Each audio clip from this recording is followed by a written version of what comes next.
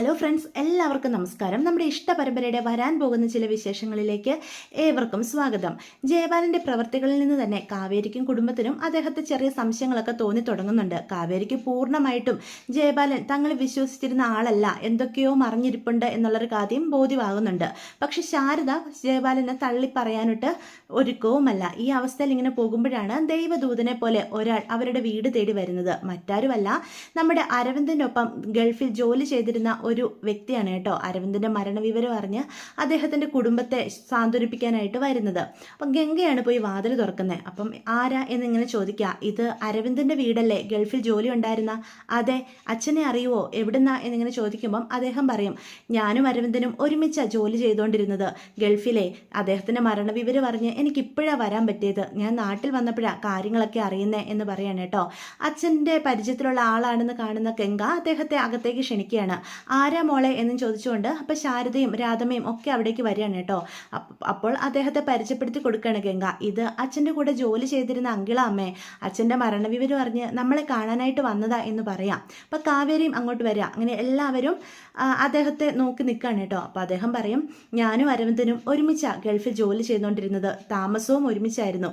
അപ്പോൾ വീടൊക്കെ ചുറ്റും നോക്കിയിട്ട് ഇങ്ങനെ പറയാണ്, ഈ വീടിനെ പറ്റിയും ഈ സ്ഥലത്തെ പറ്റിയും പറയാൻ അരവിന്ദന് 100 നാവായിരുന്നു. എന്നും പറയും പുഷ്പവാടിയെ പറ്റി, നിങ്ങൾ ഓരോരുത്തരെ പറ്റിയും. നിങ്ങളുടെ ഓർമ്മകളൊക്കെ അരവിന്ദൻ്റെ മനസ്സിൽ എപ്പോഴും കാണും. നിങ്ങളൊക്കെ അരവിന്ദൻ പറഞ്ഞ് എനിക്ക് നല്ലതായിട്ട് അറിയാം. ഇത് ഗംഗമോളല്ലേ, ഇത് കാവേരി, യമുന, നിള, ഇങ്ങനെയൊക്കെയല്ലേ നിങ്ങളുടെ പേരുകൾ, എല്ലാവരെയും അറിയാം എന്ന് പറയാൻ കേട്ടോ. ഇത് കേൾക്കുമ്പം ശാരദയ്ക്കും മക്കൾക്കും മനസ്സിലാകുകയാണ് അച്ഛനുമായിട്ട് നല്ല അടുപ്പമുണ്ടായിരുന്ന ആളാ ഇദ്ദേഹം. അരവിന്ദൻ്റെ മരണവിവരം ഞാൻ നാട്ടിൽ വന്നപ്പോഴാണ് അറിയുന്നത്. എനിക്ക് ഒട്ടും വിശ്വസിക്കാൻ സാധിച്ചില്ല. അപ്പോൾ തന്നെ നിങ്ങളെയൊക്കെ ഒന്ന് കണ്ടിട്ട് പോകാമെന്നും കരുതി വന്നതാ എന്ന് പറയാണ് കേട്ടോ. അത് കേൾക്കുമ്പോൾ ശാരദ പറയും, ഒരുപാട് സന്തോഷമുണ്ട്. അരവിന്ദേട്ടൻ്റെ കൂടെ ജോലി ചെയ്തിരുന്ന ഒരാളെ കാണാൻ കഴിഞ്ഞല്ലോ എന്ന് പറയണേ.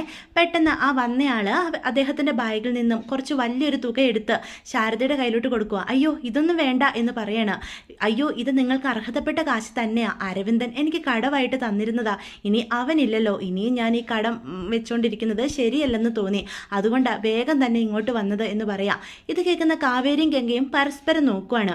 അച്ഛന് ജോലി ഇല്ലാതായിട്ട് ഒരുപാട് നാളായെന്നും കടങ്ങൾ ഉണ്ടായിരുന്നു എന്നൊക്കെയാണല്ലോ ജയപാലൻ അവരോട് പറഞ്ഞിരിക്കുന്നത്. അതുകൊണ്ട് തന്നെ വിശ്വസിക്കാനാവാതെ കാവേരി വീണ്ടും എടുത്തു ചോദിക്കും, അങ്കിളെ, ഇത് അച്ഛൻ തരാനുള്ള കാശ് തന്നെയാണോ? അച്ഛൻ ഞങ്ങളോട് കള്ളം പറയുന്നതാണോ അങ്കിള്? ഞാൻ എന്തിനാ മക്കളെ നിങ്ങളോട് കള്ളം പറയുന്നത്? അല്ലെങ്കിൽ തന്നെ അരവിന്ദൻ്റെ മക്കളോട് കള്ളം പറഞ്ഞിട്ട് എനിക്ക് എന്ത് കിട്ടാനാ? ഈ കാശ് അരവിന്ദൻ എന്നെ സഹായിക്കാനായിട്ട് തന്നതാ, അവൻ ഇങ്ങോട്ട് പോരുന്നതിന് മുന്നേ. ഇപ്പോൾ അവൻ മരിച്ചെന്നറിഞ്ഞപ്പോൾ ഈ പൈസ തിരിച്ചു തരേണ്ടത് എൻ്റെ കടമയല്ലേ? അല്ലെങ്കിലും എനിക്കിപ്പം പൈസയുടെ ആവശ്യവും ഇല്ല എന്ന് പറഞ്ഞ് നിർബന്ധിച്ച് അവരുടെ കയ്യിലേക്ക് കൊടുക്കുക. അല്ലെങ്കിലേ അച്ഛനപ്പോൾ അവിടെ ജോലി സംബന്ധമായ പ്രശ്നങ്ങളൊന്നും ഇല്ലായിരുന്നോ എന്ന് കാവേരി ചോദിക്കേ. എന്തൊക്കെയാണ് നിങ്ങൾ ഈ പറയുന്നത്? നിങ്ങളെ ആരോ തെറ്റിദ്ധരിപ്പിച്ചിരിക്കുന്നതാ. അവന് ഒരു കുഴപ്പം ഉണ്ടായിരുന്നില്ല. അവിടെ ജോലി ഉണ്ടായിരുന്നു, ശമ്പളം ഉണ്ടായിരുന്നു. വളരെ സന്തോഷത്തോടു കൂടിയല്ലേ ഇത്തവണ അവൻ നാട്ടിലേക്ക് പോകുന്നത്. ഗംഗമോളുടെ കല്യാണം നടത്തണം, പിന്നെ ശാരദയുടെ പേരിൽ തോട്ടം മേടിക്കണം എന്നൊക്കെ എന്നോട് പറഞ്ഞായിരുന്നു. അതുമല്ല, തോട്ടം മേടിക്കാനുള്ള കാര്യങ്ങളൊക്കെ റെഡിയാക്കിയിട്ടുണ്ട്, അഡ്വാൻസ് കാശ് കൊടുത്തു എന്നൊക്കെ പറയുകയും ചെയ്തല്ലോ എന്നെ വിളിച്ചപ്പോൾ എന്ന് പറയാം. ഇത് കേൾക്കുന്ന ശാരദയും മക്കൾ ഞെട്ടി നിൽക്കുക. അപ്പോൾ കാവേരി ചോദിക്കും, അങ്കിള് പറയണ സത്യമാണോ? അച്ഛൻ തോട്ടം മേടിക്കുന്നതിനെ പറ്റി അങ്കിളോട് പറഞ്ഞിരുന്നോ? പിന്നില്ലേ, അവനെന്നോട് പറഞ്ഞായിരുന്നല്ലോ തോട്ടം മേടിക്കാൻ പോവാണെന്നും അത് ശാരദയുടെ പേരിലാണ് രജിസ്റ്റർ ചെയ്യാൻ പോകുന്നതെന്നും ഒക്കെ പറഞ്ഞിരുന്നു. മേടിച്ചില്ലേ എന്ന് ചോദിച്ചു. അവളെ ആരൊക്കെയോ എന്തൊക്കെയോ പറഞ്ഞ് തെറ്റിദ്ധരിപ്പിച്ചിട്ടുണ്ട്. ഞാൻ അറിയാവുന്ന അരവിന്ദന് ഒരു പ്രശ്നവും ഉണ്ടായിരുന്നില്ല. അവൻ വളരെ സന്തോഷവാനായിരുന്നു. ഗംഗമോളുടെ കല്യാണമായിരുന്നു അവൻ്റെ ഏറ്റവും വലിയ സ്വപ്നവും എന്ന് പറയാം. ഞാൻ ഇറങ്ങട്ടെ എന്നും പറഞ്ഞ് അവരോട് യാത്ര ചോദിച്ച് ആ മനുഷ്യൻ പോവുകയാണ് കേട്ടോ. അപ്പോൾ ശാരദയും മക്കളും അദ്ദേഹം പറഞ്ഞിട്ട് പോയ കാര്യങ്ങളൊന്നും വിശ്വസിക്കാനാവാതെ നിൽക്കുക. പെട്ടെന്ന് ഗംഗ പറയും, എന്തൊക്കെയാണ് അങ്കിള് പറഞ്ഞിട്ട് പോയത്? പക്ഷേ ജയപാൽ അങ്കിൾ നമ്മളോട് ഇങ്ങനെ ഒന്നും അല്ലല്ലോ പറഞ്ഞത്. അച്ഛന് സാമ്പത്തിക പ്രതിസന്ധി ഉണ്ടായിരുന്നെന്നും ആ തോട്ടം മേടിക്കാൻ അച്ഛൻ കാശ് കൊടുത്തില്ല എന്നൊക്കെയല്ലേ പറഞ്ഞേ. ഇതിപ്പം നേരെ വിപരീതമാണ് ഇദ്ദേഹം പറയുന്നത് എന്ന് പറയാം. അത് കേൾക്കുമ്പം കാവേരി പറയും, ജയപാലൻ അയാൾ പഠിച്ച കള്ളനാ. അയാൾ നമ്മളോട് പറഞ്ഞതെല്ലാം കള്ളങ്ങളാ. അല്ലെങ്കിൽ പിന്നെ അച്ഛൻ തോട്ടം മേടിക്കാൻ പോകുന്ന കാര്യം എവിടെ നിന്നോ വന്ന ഈ മനുഷ്യൻ എങ്ങനെ അറിയാനാ? അതിനർത്ഥം അച്ഛൻ തോട്ടം മേടിക്കാൻ കാശ് കൊടുത്തിട്ടുണ്ടെന്ന് തന്നെയല്ലേ. അച്ഛന് സാമ്പത്തികമായിട്ട് കാര്യമായിട്ട് ഒരു പ്രതിസന്ധിയും ഉണ്ടായിരുന്നതുമില്ല. അങ്ങനെയാണെങ്കിൽ ജയപാലൻ അയാൾ നമ്മളെ ചതിച്ചത് തന്നെ ചേച്ചി എന്ന് പറയണം കേട്ടോ. പക്ഷെ ശാരദയുടെ നിഷ്കളങ്ക മനസ്സ് ഇപ്പോഴും ജയപാലനെ പൂർണ്ണമായിട്ടും അവിശ്വസിക്കുന്നില്ല. ശാരദ പറയും, ജയപാലേട്ടനെ നിങ്ങൾ ആരും ഇങ്ങനെ തെറ്റിദ്ധരിക്കരുത്. നമ്മുടെ കുടുംബത്തിന് വേണ്ടി എത്ര സഹായങ്ങൾ ചെയ്ത മനുഷ്യനാ. അതുമല്ല, നിങ്ങളുടെ അച്ഛനും ജയപാലേട്ടനും എത്ര അടുത്ത കൂട്ടുകാരായിരുന്നു. എന്നിട്ട് ആരോ എവിടുന്നോ വന്നു പറഞ്ഞെന്നും കരുതി നിങ്ങൾ അദ്ദേഹത്തെ അവിശ്വസിക്കരുതെന്ന് പറയാം. അമ്മയ്ക്ക് ഇത്രയായിട്ടും ഒന്നും മനസ്സിലാക്കാൻ കഴിയുന്നില്ലേ അമ്മ ഇങ്ങനെ എല്ലാവരെയും കണ്ണുമടിച്ച് വിശ്വസിക്കരുതെന്നും പറഞ്ഞ് കാവേരി ശാരദയോട് ദേഷ്യപ്പെടും കേട്ടോ. അപ്പം ഗംഗ പറയും, അങ്ങനെയാണെങ്കിൽ ഇതിനെയൊക്കെ സംബന്ധിക്കുന്ന എല്ലാ കാര്യങ്ങളും അടങ്ങുന്ന എന്തെങ്കിലും ഒരു രേഖ അച്ഛൻ്റെ കയ്യിൽ കാണും. അച്ഛൻ അങ്ങനെ മണ്ടത്തരം ഒന്നും കാണിക്കുന്ന ആളല്ല എന്ന് പറയാൻ കേട്ടോ. അപ്പോൾ കാവേരിയും പറയും, അച്ഛൻ്റെ റൂമിൽ കയറി ഒന്ന് പരിശോധിച്ചാലോ, എന്തെങ്കിലും തെളിവുകൾ നമുക്ക് കിട്ടും. ഇനി അതല്ല, അച്ഛൻ കാശൊക്കെ ട്രാൻസ്ഫർ ചെയ്യുന്ന കാര്യങ്ങൾ എവിടെയെങ്കിലും എഴുതി വെച്ചിട്ടുണ്ടെങ്കിൽ അതും നമുക്ക് കിട്ടിയാലും മതി എന്ന് പറയാം. ഇത് കേൾക്കുന്ന ശാരദയും മക്കളും കൂടി അരവിന്ദൻ്റെ റൂമിലേക്ക് കയറി പോവാണ് കേട്ടോ. അപ്പോൾ ശാരദ അരവിന്ദൻ്റെ പെട്ടികളൊക്കെ എടുത്ത് പുറത്തേക്ക് വെക്കുകയാണ്. ഇതൊക്കെ അരവിന്ദേട്ടൻ കൊണ്ടുവന്ന പെട്ടികളാണ്. ഞാൻ ഇതുവരെ ഇതൊന്നും തുറന്നു നോക്കിയിട്ടില്ല. ഇതിലെ എന്താണെങ്കിലും ആ ഓർമ്മകൾ എനിക്ക് ദുഃഖമല്ലേ തരുള്ളൂ എന്ന് പറയാം. നിങ്ങൾ പറയുന്നത് പോലെ അരവിന്ദേട്ടൻ എന്തെങ്കിലും കാര്യങ്ങൾ രഹസ്യമായിട്ട് സൂക്ഷിച്ചു വെച്ചിട്ടുണ്ടെങ്കിൽ അത് ഇതിനകത്ത് കാണും എന്ന് പറയണേ കേട്ടോ.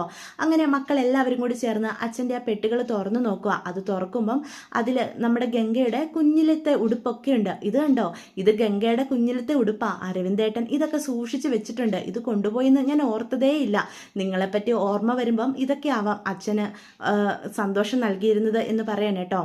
ഗംഗയുടെ മാത്രമല്ല, കാവേരിയുടെ, നിളയുടെയും അതുപോലെ തന്നെ നമ്മുടെ യമുനയുടെയും ഒക്കെ സാധനങ്ങൾ, കുഞ്ഞിലത്തെ ചെറിയ ചെറിയ വസ്തുക്കളൊക്കെ അതിനകത്തുണ്ട് കേട്ടോ. അതൊക്കെ കാണുമ്പം അവരുടെ അച്ഛൻ്റെ സ്നേഹത്തെപ്പറ്റി ഓർത്ത് അവരെല്ലാം പൊട്ടിക്കരയാണ് കേട്ടോ. അപ്പോൾ കാവേരി പറയും, നമ്മൾ കരഞ്ഞുകൊണ്ടിരിക്കുകയല്ല വേണ്ടത്. ആ അങ്കിൾ ഇപ്പോൾ ഇവിടെ വന്നത് നമ്മുടെ അച്ഛൻ അയച്ചതാകും. നമ്മുടെ അച്ഛൻ എല്ലാം കാണുന്നുണ്ടല്ലോ. എന്തെങ്കിലും ഒരു തെളിവ് നമുക്ക് വേണ്ടി അവശേഷിപ്പിച്ചിട്ടുണ്ടാവും. നിങ്ങൾ നോക്ക്, അച്ഛൻ എവിടെയെങ്കിലും എഴുതി വെച്ചിട്ടുണ്ടെങ്കിലോ എന്ന് പറയണേ. അങ്ങനെ അവർ ആ പെട്ടികളെല്ലാം അരിച്ചു പെറുക്കുകയാണ് കേട്ടോ. പെട്ടെന്നാണ് ഗംഗയുടെ ശ്രദ്ധയിൽ ഒരു ഡയറി വിടുന്നത്. ഗംഗ ആ ഡയറി എടുത്ത് കാവേരിയെ കാണിക്കുക. നീ ഇത് നോക്കിക്കേ എന്ന് പറയാണ് കേട്ടോ. പെട്ടെന്ന് നമ്മുടെ ശാരദ പുറത്തേക്ക് എന്തോ ആവശ്യത്തിനായിട്ട് പോവുക. യമുനയും നിളയും ആ കൂടെ തന്നെ പോകും. അപ്പം ഗംഗയും കാവേരിയും കൂടി ആ ഡയറി മറിച്ചു നോക്കുകയാണ്. അതിൽ ഇതുവരെ ജയപാലൻ അയച്ചു കൊടുത്ത കാശിൻ്റെ ലിസ്റ്റും അതുപോലെ തന്നെ നമ്മുടെ അരവിന്ദൻ ചെയ്യാൻ ഉദ്ദേശിച്ചിരുന്ന കാര്യങ്ങളും ചെയ്ത കാര്യങ്ങളും ഒക്കെ കൃത്യമായിട്ട് എഴുതി വെച്ചിട്ടുണ്ട്. എത്ര രൂപ ജയപാലന് ഓരോ തവണയും അയച്ചു കൊടുക്കുന്നുണ്ട്, എല്ലാം കറക്റ്റ് കണക്കുകൾ രേഖപ്പെടുത്തി വെച്ചിട്ടുണ്ട്. ഇത് നോക്കിക്കേ എന്ന് ഗംഗേച്ചി, ഇതിൽ അച്ഛൻ ഓരോ തവണയും ഓരോ മാസവും നമുക്ക് അയച്ചു തരുന്ന കാശിൻ്റെ ലിസ്റ്റുകളുണ്ട്. അതുപോലെ എത്ര രൂപ അക്കൗണ്ടിലുണ്ടെന്നുള്ള എല്ലാ ഡീറ്റെയിൽസും ഇതിലുണ്ട് എന്ന് പറയാം. അപ്പോൾ ഗംഗ പറയും, നീ പറയുന്നത് സത്യമാണോ? ഇത് നോക്ക് ചേച്ചി, എത്രയാണ് ഒരു മാസത്തെ അച്ഛന് ചെലവുകളെന്നൊക്കെ കറക്റ്റാണ് എഴുതി വെച്ചിരിക്കുന്നത്. പക്ഷേ ജയപാലങ്കിള് ഇത്രയും തുകയൊക്കെ ഓരോ മാസം അമ്മയുടെ കയ്യിൽ ഏൽപ്പിച്ചതായിട്ട് ചേച്ചിക്ക് അറിയാവോ എന്ന് ചോദിക്കുക. ഗംഗയും പറയും, ശരിയാണല്ലോ നീ പറയുന്നത്. ഇതെല്ലാം ഓരോ മാസവും അച്ഛൻ അയച്ചു കൊടുത്ത കാശിൻ്റെ കണക്കുകളാണ്. അതുമാത്രമല്ല, അക്കൗണ്ടിലുള്ള കാശിൻ്റെ കണക്കുകൾ, തോട്ടം വാങ്ങാൻ കൊടുത്ത കാശ് എല്ലാം ഇതിൽ എഴുതിയിട്ടുണ്ടല്ലോ. അതിനർത്ഥം ജയപാലങ്കിൾ നമ്മളെ പറ്റിച്ചതാ, നമ്മളോട് പറഞ്ഞതെല്ലാം കള്ളവാണെന്നല്ലേ എന്ന് പറയണേ. അപ്പോൾ പെട്ടെന്ന് കാവേരി പറയും, അതെ, അയാൾ മഹാ ഫ്രോഡാ. നമ്മുടെ പാവ അച്ഛൻ ഗൾഫിൽ കിടന്ന് നമുക്ക് വേണ്ടി കഷ്ടപ്പെട്ടുണ്ടാക്കിയതെല്ലാം അടിച്ചു മാറ്റി അയാൾ സുഖിക്കുക. എന്നിട്ട് നമ്മുടെ അച്ഛനെ ഒന്നുമില്ലാത്തവനാക്കി മാറ്റിയില്ലേ. ഇത് ക്ഷമിക്കാൻ പറ്റില്ല ചേച്ചി. അയാളോട് ഇത് ചോദിച്ചിട്ട് തന്നെ ഉള്ളൂ ഞാനെന്ന് പറയാൻ കേട്ടോ. അപ്പോൾ പെട്ടെന്ന് ഗംഗ പറയും, വേണ്ടടി, നമ്മുടെ കയ്യിൽ എന്ത് തെളിവാണ് ഉള്ളത്? നമ്മൾ ഈ അച്ഛൻ എഴുതിയതാണെന്നും പറഞ്ഞ് ഈ ഡയറിയും പൊക്കി പിടിച്ചുകൊണ്ട് ചെന്നാൽ അയാൾ നമ്മളെ വലിച്ചു കീറുകയുള്ളൂ. അതുമല്ല, അയാൾ ഒരു ദുഷ്ടനാ. നമ്മളെ എന്ത് ചെയ്യാനും മടിയില്ലാത്ത ഒരാൾ. നമ്മുടെ കയ്യിൽ വേറെ ഒരു തെളിവുകളും ഇല്ലല്ലോ മോളെ എന്ന് പറയാം. എന്ന് കരുതി അയാൾ ഇനിയും നമ്മളോട് ഇങ്ങനെയൊക്കെ പ്രവർത്തിക്കില്ല ചേച്ചി. അമ്മയ്ക്ക് ഇപ്പോഴും അയാളെ പൂർണ്ണ വിശ്വാസമാണ്. അയാൾ ചെയ്യുന്നതെല്ലാം നമ്മുടെ കുടുംബത്തിന് നല്ലതെന്നാണ് അമ്മയും അച്ഛമ്മയും കരുതിയിരിക്കുന്നത്. പക്ഷേ അയാൾ എന്ത് തെറ്റാ ചെയ്തത്? നമ്മുടെ കുടുംബത്തെ ഒന്നാകെ തകർത്ത് കളയുകയല്ലേ ചെയ്തിരിക്കുന്നത്. നമ്മുടെ അച്ഛൻ കഷ്ടപ്പെട്ടുണ്ടാക്കിയ ഓരോ പൈസയ്ക്കും കണക്ക് പറയണം. അത് നമ്മൾ മേടിച്ചെടുക്കുകയും ചെയ്യണം. അയാൾ അത് വെച്ച് അങ്ങനെ സുഖിക്കേണ്ട എന്ന് പറയാം. വേണ്ട മോളെ, എനിക്ക് പേടിയാവും. നമുക്ക് വേണ്ടി ആരാ ചോദിക്കാനുള്ളത്? നമുക്ക് ആരാ ഉള്ളത് എന്ന് പറയണേ. ഞാനുണ്ട് ചേച്ചി. അയാളുടെ വീട്ടിൽ പോയി ഈ അറിഞ്ഞ കാര്യങ്ങളൊക്കെ അയാളുടെ മുഖത്ത് നോക്കി എനിക്ക് ചോദിക്കണം. എല്ലാം അയാൾ അടക്കി വെച്ചിരിക്കുകയല്ലേ നമ്മൾ പൊട്ടികളാക്കിക്കൊണ്ട്. അത്ര മന്ദബുദ്ധികളല്ല അരവിന്ദൻ്റെ മക്കളെന്ന് അയാളുടെ മുന്നിൽ ഞാൻ തെളിയിച്ചു കൊടുക്കുന്നുണ്ട് എന്ന് കാവേരി പറയാണ്. അപ്പോൾ ഗംഗ പറയും, വേണ്ട കാവേരി, കുറച്ചുകൂടി കഴിയട്ടെ, നമുക്ക് എന്തെങ്കിലുമൊക്കെ കൂടി തെളിവുകൾ ലഭിക്കും. അയാളെ എതിർക്കാൻ നമുക്ക് പറ്റുന്നൊരു അവസരം വരുമ്പോൾ നമുക്ക് അയാളോട് മുഖത്ത് നോക്കി ഇതൊക്കെ ചോദിക്കാം. പക്ഷേ എനിക്ക് സമാധാനം കിട്ടില്ല ഗംഗേച്ചി. ഇത്രയും വലിയൊരു ചതി നെറുകേട് നമ്മുടെ അച്ഛനോട് ചെയ്തിട്ട് അത് അറിഞ്ഞിട്ടും മിണ്ടാതിരിക്കാൻ എന്നെ കൊണ്ട് സാധിക്കില്ല. അയാളുടെ വീട്ടിൽ കയറി ഞാൻ അയാളുടെ കഴുത്തിന് കുത്തിപ്പിടിച്ച് ചോദിക്കും എന്ന് പറയാം. അപ്പം ഗംഗ എന്തൊക്കെ പറഞ്ഞ് അനുനയിപ്പിക്കാൻ ശ്രമിച്ചിട്ടും കാവേരി അതിൽ നിന്ന് പുറത്ത് വരുന്നില്ല കേട്ടോ. അവൾ ആ ഡയറിയും പിടിച്ചുകൊണ്ട് നേരെ ജയപാലിൻ്റെ വീട്ടിലേക്ക് പോവാം. അപ്പം ഗംഗ അവൾ പോകുന്നിട്ട് കരുതുന്നുമില്ലേ. അപ്പോൾ വീട്ടിൽ ചെല്ലുമ്പം പ്രവീണ വളരെ സ്നേഹത്തോടു കൂടി തന്നെയാണ് കാവേരിയെ ക്ഷണിക്കുന്നത്. പക്ഷെ പ്രവീണയോട് പോലും ഒരു മയത്ത് സംസാരിക്കാൻ അവൾക്ക് സാധിക്കുന്നില്ല. അവൾ ചോദിക്കും, ജയപാലൻ അങ്കിൾ ഇവിടെ ഇല്ലേ എന്ന് ചോദിക്കാം. അത് കേൾക്കുന്ന പ്രവീണ പറയും, മോള് കയറി വാ, ജയപാലേട്ടൻ ഇവിടെ ഉണ്ടല്ലോ എന്ന് പറയാണ്. അല്ല, ആരിത്? കാവേരിയോ? കാവേരിയെ ഈ വഴിക്കൊക്കെ കണ്ടിട്ട് കുറേ നാളായല്ലോ. മോൾ എന്തെങ്കിലും വിശേഷിച്ച് വന്നതാണോ? അങ്കിളിനോട് എന്തെങ്കിലും സഹായം ചോദിക്കാനുണ്ടോ എന്നൊക്കെ ചോദിക്കൂട്ടോ. ജയപാലിൻ്റെ സംസാരമൊക്കെ കേൾക്കുമ്പം കാവേരിക്ക് അയാൾക്കിട്ടും 2 എണ്ണം കൊടുക്കാനാണ് തോന്നുന്നത്. അപ്പോൾ പറയും, അതെ, അങ്കിളിനോട് സഹായം അഭ്യർത്ഥിച്ചിട്ടല്ല, അങ്കിളുടെ കള്ളത്തരങ്ങളൊക്കെ ഞങ്ങൾ മനസ്സിലാക്കിയെന്നൊന്ന് പറയാനായിട്ടാണ് ഞാനിങ്ങോട്ട് വന്നത് എന്ന് പറയേ. അത് കേൾക്കുന്ന ജയപാലൻ ചോദിക്കും, മോൾക്ക് എന്തോ തെറ്റിദ്ധാരണയുണ്ട്, എന്ത് കള്ളത്തരങ്ങൾ എന്നാണ് ഈ പറയുന്നത്? അല്ലെങ്കിൽ തന്നെ എനിക്കിപ്പോൾ തോന്നുന്നുണ്ട് അരവിന്ദ് മരിച്ചപ്പോൾ തൊട്ട് അരവിന്ദിന്റെ മക്കൾക്കൊക്കെ എന്നോടൊരു അകൽച്ചയുള്ളത് എന്ന് പറയാം. അല്ലേ പ്രവീണെ, ഇപ്പൊ നോക്കിക്കേ, കാവേരി മോൾക്ക് എന്നെ സംശയം പോലും. ഞാനത്ര കാര്യമായിട്ട് അരവിന്ദിന്റെയും കുടുംബത്തെയും നോക്കിയതെന്ന് നിനക്കും അറിയാവുന്നതല്ലേ? നീ തന്നെ എത്ര തവണ എന്നോട് പറഞ്ഞിട്ടുണ്ട് ഇങ്ങനെ മറ്റൊരു കുടുംബത്തിന് വേണ്ടി കഷ്ടപ്പെടേണ്ട കാര്യമുണ്ടോ എന്നൊക്കെ. അത് കേൾക്കുന്ന പ്രവീണ താരപ്പോ അങ്ങനെ പറഞ്ഞു എന്നുള്ള രീതിയിൽ അന്തം വിട്ട് നിൽക്കുകയാണ്. അപ്പം പെട്ടെന്ന് കാവേരി പറയും, അങ്കിൾ ഇനി കൂടുതൽ കഷ്ടപ്പെട്ട് ബുദ്ധിമുട്ടണ്ട, എല്ലാ കാര്യങ്ങളും ഞങ്ങൾ മനസ്സിലാക്കി എടുത്തു. ഒരു നേട്ടവും ഇല്ലാതെ അങ്കിൾ ഒന്നും ചെയ്യല്ലെന്ന് ഇപ്പൊ വ്യക്തമായിട്ട് എനിക്കറിയാം. എൻ്റെ അച്ഛനെ പറ്റിച്ച് കോടികൾ ഉണ്ടാക്കിയില്ലേ പാവം എൻ്റെ അച്ഛൻ മണലാരണ്യത്തിൽ കിടന്ന് കഷ്ടപ്പെട്ടുണ്ടാക്കിയതൊക്കെ അങ്കിളുടെ കയ്യിൽ തന്നെ വന്ന് ചേർന്നല്ലോ. അതിനു വേണ്ടിയിട്ടല്ലേ അങ്കിൾ ഈ കിടന്ന കഷ്ടപ്പാടെല്ലാം കഷ്ടപ്പെട്ടത്, ഞങ്ങളുടെ കുടുംബത്തെ അച്ഛനില്ലാത്ത സമയം പൊന്നുപോലെ നോക്കിയത് എന്ന് ചോദിക്കാം. മോൾ എന്തൊക്കെയായി പറയുന്നേ? അരവിന്ദന്റെ കാശ് തട്ടിയെടുക്കാൻ എന്നെ കൊണ്ട് സാധിക്കുമോ?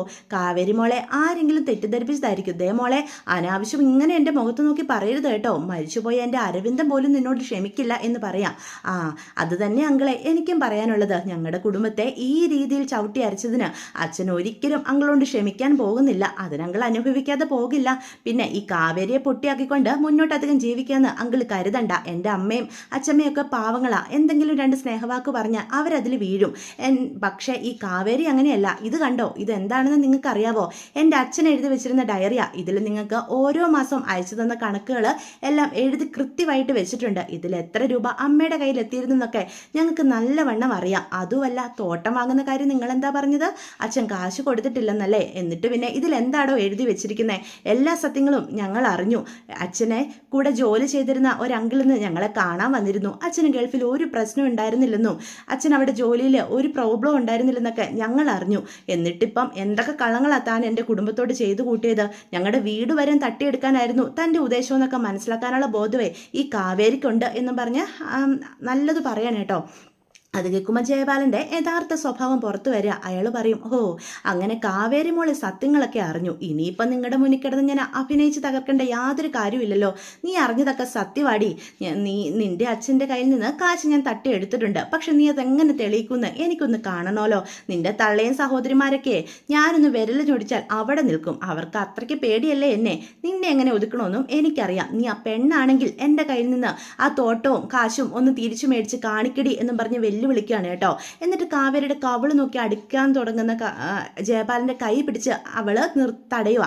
എന്നിട്ട് പറയും, ഉശിരുള്ള പെണ്ണുങ്ങളെ നിങ്ങൾ കണ്ടിട്ടില്ല, ഇനി എന്താ കാവേരി ചെയ്യാൻ പോകുന്നതെന്ന് കണ്ടോ നിങ്ങൾ എന്നും പറഞ്ഞ് ഭീഷണിപ്പെടുത്തിയിട്ട് പോവാ. അപ്പം ഇതെല്ലാം കണ്ട് പ്രവീണ അന്തം വിട്ട് നിൽക്കുക. പക്ഷെ കാവേരി ഇത്ര പെട്ടെന്ന് സത്യങ്ങളൊക്കെ തിരിച്ചറിയുമെന്ന് ജയപാലനും വിചാരിച്ചിരുന്നില്ല കേട്ടോ. അതുകൊണ്ട് തന്നെ ജയപാലന് ചെറിയൊരു പേടി ഉണ്ടാവുക. ഇത്രയും നാളും കള്ളങ്ങൾ പറഞ്ഞ് ഉണ്ടാക്കിയെടുത്തതെല്ലാം കൈവിട്ടു പോകുമോ എന്നുള്ളൊരു ഭയം അയാൾക്കുണ്ടാവുകയാണ്. അപ്പോൾ പ്രവീണ ചോദിക്കും, കാവേരി പറഞ്ഞതൊക്കെ സത്യമാണോ? ജയപാലേട്ടൻ അരവിന്ദേട്ടനെ പറ്റിച്ച് കാശ് മുക്കിയിരുന്നോ എന്ന് ചോദിക്കുക.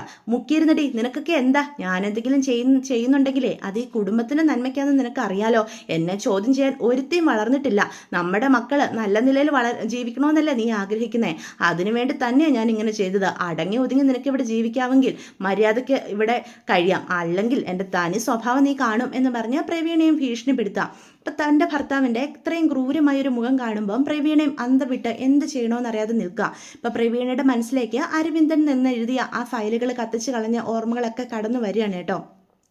അങ്ങനെ നമ്മുടെ കാവേരി രണ്ടും കൽപ്പിച്ച് ജയപാലിനെതിരെ യുദ്ധം പ്രഖ്യാപിക്കുകയാണ്. ജയപാലിൽ നിന്നും തനിക്ക് നഷ്ടപ്പെട്ട ഓരോന്നും കാവേരി എങ്ങനെയാണ് തിരിച്ചു പിടിക്കുന്നതെന്നൊക്കെ നമുക്ക് വരും എപ്പിസോഡുകളിൽ കാണാൻ സാധിക്കും കേട്ടോ. അപ്പോൾ എല്ലാവർക്കും ഗുഡ് ബൈ.